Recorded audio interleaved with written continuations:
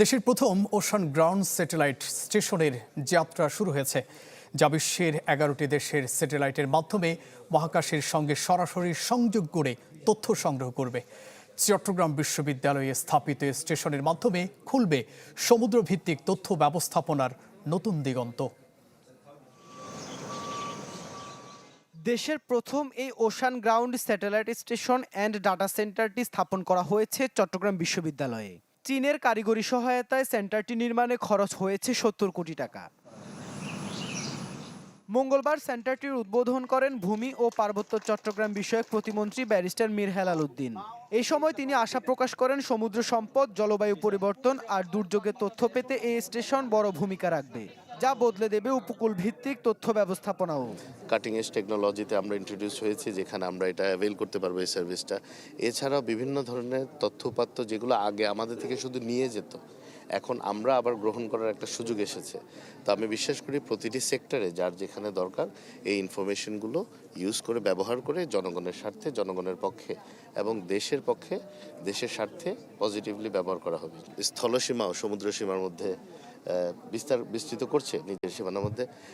এগুলো সহ যারা আমাদের নাবিক আছে, যারা আমাদের পণ্যবাহী জাহাজগুলো এখানে যেগুলো যাতায়াত করে, এই তথ্য উপাত্তগুলো অত্যন্ত গুরুত্বপূর্ণ এবং সংবেদনশীল। এই ডাটা সেন্টারের তথ্য গবেষণা সহ বিভিন্ন খাতে যেমন কাজে লাগানো যাবে, তেমনি সমৃদ্ধ হবে শিক্ষার্থীরা মত সংশ্লিষ্টদের। বিটিআরসির পারমিশন নিয়ে কিন্তু আমরা এটা স্থাপন করেছি এবং তারা যে রেঞ্জ আমাদেরকে নির্ধারণ করে দিয়েছে ফ্রিকোয়েন্সি, সেই ফ্রিকোয়েন্সির মাধ্যমে মূলত আমরা ডাটা ডাউনলোড করছি।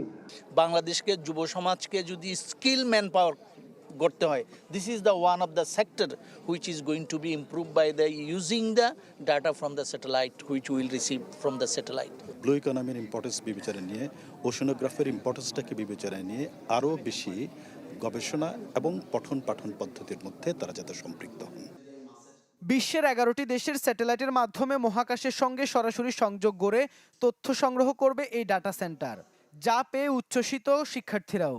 কোন সময় আমাদের সমুদ্রে যাওয়া উচিত বা সমুদ্রে বিভিন্ন ধরনের কাজ কখন করা উচিত, কখন করা উচিত না, ওই টাইপের জিনিসগুলো আমরা ইজিলি জানতে পারবো এটার সাহায্যে। আমরা যে ডেটাটা পাচ্ছি সেটা খুবই প্রিসাইজ ডেটা, একদম এক্সাক্ট ডেটাটা পাচ্ছি, যার কারণে আমাদের রিসার্চে অনেক সুবিধা হচ্ছে। গভীর সমুদ্রে আমাদের যে ব্লু ইকোনমি যেটা রয়েছে, আমরা প্রথমবারের মতো আমরা সেটা অ্যানালাইসিস করতে পারবো, যার কারণে আমাদের অর্থনৈতিকভাবে আমাদের জন্য অনেক কিছু অপেক্ষা করছে এর মাধ্যমে। উপকূলীয় অঞ্চলে বিভিন্ন সময় আমরা যে ঘূর্ণিঝড়, জলোচ্ছ্বাসের যে খবরগুলো আগে যেটা আমরা অনেক সময় নিয়ে পাইতাম, এখন সেটা আমরা খুব সহজেই খুব কম সময়ের মধ্যে পাবো। আবহাওয়া, দুর্যোগ এবং মৎস্য সম্পদ সহ দেশের সমুদ্র ভিত্তিক হালনাগাদ নানা তথ্য পেতে আগে বিভিন্ন দেশের স্যাটেলাইটের উপর নির্ভর করতে হতো, যাতে সময় লাগতো 20 ঘন্টারও বেশি। এখন তা মিলবে 20 থেকে 30 মিনিটের মধ্যে। ইবেন মীর, চ্যানেল 24, চট্টগ্রাম।